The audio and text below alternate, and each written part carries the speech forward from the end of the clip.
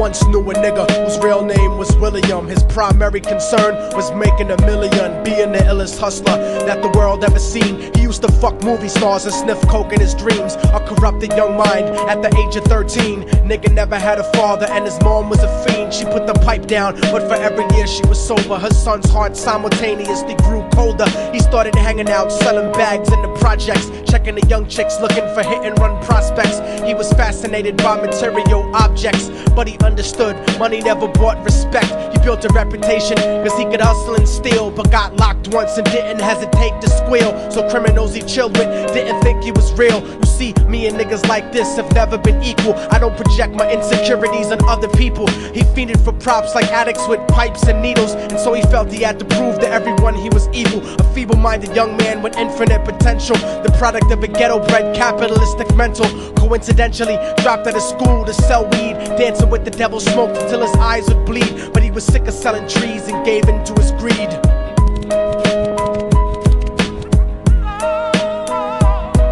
Everyone tryna be trife never faced the consequences. You probably only did a month for minor offenses. Ask a nigga doing life if he had another chance. But then again, there's always the wicked that knew in advance. Dance forever with the devil on a cold cell block. But that's what happens when you rape, murder, and sell rock. Devils used to be gods, angels that fell from the top. There's no diversity because we're burning in the melting pot.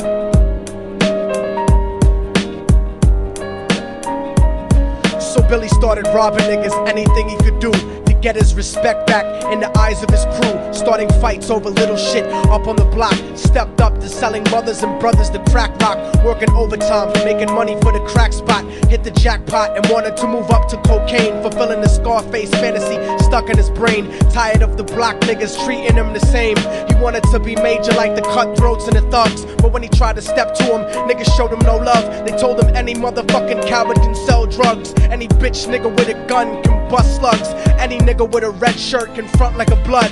Even Puffy smoked the motherfucker up in the club. But only a real thug can stab someone till they die. Standing in front of them, staring straight into their eyes, Billy realized that these men were well guarded, and they wanted to test him before business started. Suggested raping a bitch to prove he was cold-hearted. So now he had a choice between going back to his life or making money with made men. Up in the sight, his dreams about cars and ice made him agree a hardcore nigga is all he ever wanted to be. And so he met them Friday night at 2:45.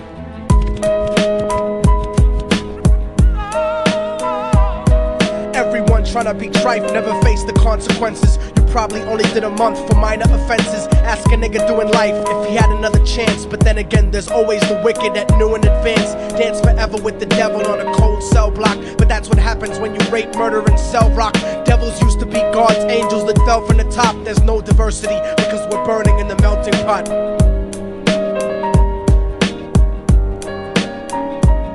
They drove around the project slow while it was raining, smoking blunts, drinking and joking for entertainment, until they saw a woman on the street walking alone, 3 in the morning, coming back from work on the way home. And so they quietly got out the car and followed her. Walking through the projects, the darkness swallowed her. They wrapped her shirt around their head and knocked her onto the floor. This is it, kid, now you got your chance to be raw. So Billy yoked her up and grabbed the chick by the hair and dragged her into a lobby that had nobody there. She struggled hard, but they forced her to go up the stairs. They got to the roof and then held her down on the ground, screaming, "Shut the fuck up and stop moving around." The shirt covered her face, but she screamed and clawed. So Billy stomped on the bitch till he broke in her jaw. Them dirty bastards knew exactly what they were doing. They kicked her until they cracked her ribs and she stopped moving. Blood leaking through the cloth, she cried silently.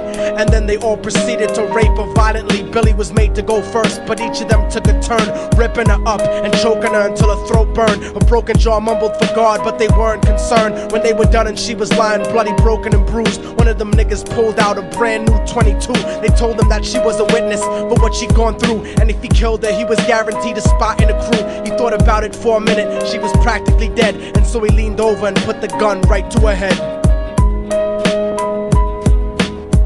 I'm falling and I can't turn back. I'm falling and I can't turn back. Right before he pulled the trigger and ended her life, he thought about the cocaine with the platinum and ice, and he felt strong standing along with his new brothers. Cocked the gat to her head and pulled back the shirt cover, but what he saw made him start to cringe and stutter, cause he was staring into the eyes of his own mother. She looked back at him and cried cause he had forsaken her. She cried more painfully, and when they were raping her, his whole world stopped. He couldn't even contemplate. His corruption had successfully changed his fate, and he remembered how his mom used to come home late, working hard for nothing, cause now what was he worth? He turned away from the woman that had once given him birth, and crying out to the sky cause he was lonely and scared, but only the devil responded cause God wasn't there. And right then he knew what it was to be empty and cold, and so he jumped off the roof and died with no soul. They say death takes you to a better place, but I doubt it. After that they killed his mother and never spoke about it. And listen, cause the story that I'm telling is true, cause I was there with Billy Jacobs and I raped his mom too. And now the devil follows me